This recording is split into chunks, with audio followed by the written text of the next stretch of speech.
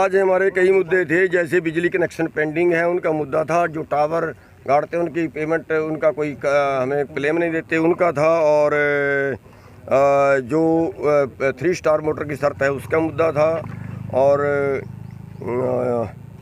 जो transformer late करते हैं उनका मुद्दा था, और कनेक्शन शिफ्टिंग का मुद्दा था, पोल शिफ्टिंग का मुद्दा था। तो ये कई चीज़ें थी।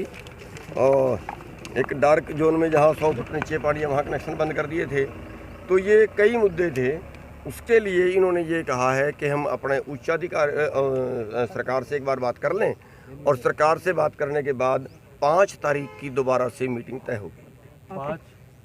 5 जुलाई के हम सरकार से बात कर लें, तो सरकार से बात करने के बाद 5 तारीख को दोबारा से इस पर तो उस दिन आपका प्रतिनिधिमंडल आएगा या फिर दोबारा प्रतिनिधिमंडल आएगा? पूरे किसान तो तब आएंगे अगर हमारी बात ना माने। किससे मुलाकात हुई आपकी? MD साहब थे शशांक आनंद, और उनके साथ चीफ इंजीनियर थे, SP साहब थे, और कई और जो उच्चाधिकारी है, कई उच्चाधिकारी। मीटिंग से संतुष्ट हो आप? जी, मीटिंग अच्छी हुई। आज आप लोग जिस तरीके से यहाँ पंचकुला में पहुँचे हैं, काफ़ी भारी संख्या में थे जी। इसके बाद आपने अपना जो पत्र है वो भी सौंप दिया है जी। अब आगे क्या रणनीति रही आपने? देखिए, आगे की रणनीति तो ये है कि जो पत्र सौंपा है उससे तो मेरे को नहीं लगता कि कोई बात बनेगी। ये तो एक चोट मारने वाली बात है। जैसे किसी पत्थर को हमने तोड़ना है, उस पत्थर पे चोटें मारते जाते हैं, वो पहली बार में तो नहीं टूटता, लेकिन कई चोट लगने के बाद वो कमज़ोर हो जाता है और टूट जाता है। सरकार की तरफ से आपको बार बार कहा, मतलब एक आश्वासन भी दिया जा रहा है कि भी कृषि कानूनों को लेकर के जो बैठकें पहले भी हो चुकी हैं या आने वाले टाइम में भी होंगी, एमिकेबली कोई सोल्यूशन निकलता है, किसानों की फेवर में निकलता है, इसके लिए क्या उसकी रणनीति आपने? पहली बात तो मैं बताऊँ आपको, ये कृषि कानून नहीं है। इनका नाम कृषि कानून गलत रखा है। ये कृषि व्यापार कानून है।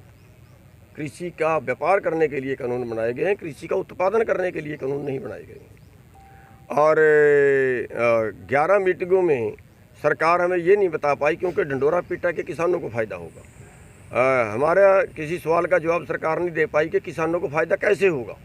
ये तो हमने 10 पॉइंट बता दिए कि इससे व्यापारी को फ़ायदा होगा, लेकिन इससे किसानों को कैसे फ़ायदा होगा ये एक पॉइंट वो नहीं बता पाई। उसके बाद उन्होंने कहा कि कानूनों में काला क्या है, वो हमने एक बुकलेट छपवाई, बुकलेट छपवा के सरकार को भेजा, 7000 उसकी कॉपी बांट दी कि किसान इनमें काला क्या है, पूरे उस पर हर चीज़ पे हमने उसका डिटेल खोल के लिखी। लेकिन हमने सरकार को कहा कि इन कानूनों में सफ़ेद क्या है वो बताइए। सरकार ने बताई कि इन कानूनों में सफ़ेद क्या है।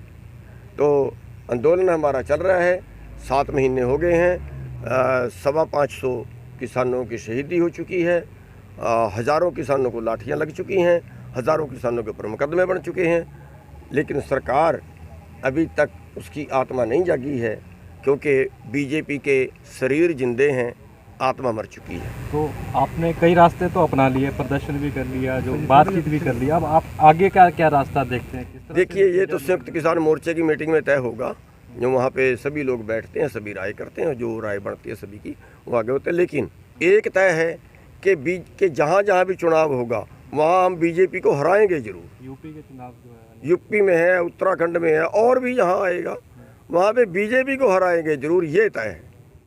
हमसे जुड़े रहने के लिए हमारे YouTube चैनल को सब्सक्राइब करें और नई वीडियो की नोटिफिकेशन के लिए बेल आइकॉन को दबाएं। अगर आप ये वीडियो Facebook पर देख रहे हैं तो लाइक जरूर करें और ज्यादा से ज्यादा शेयर करें। धन्यवाद।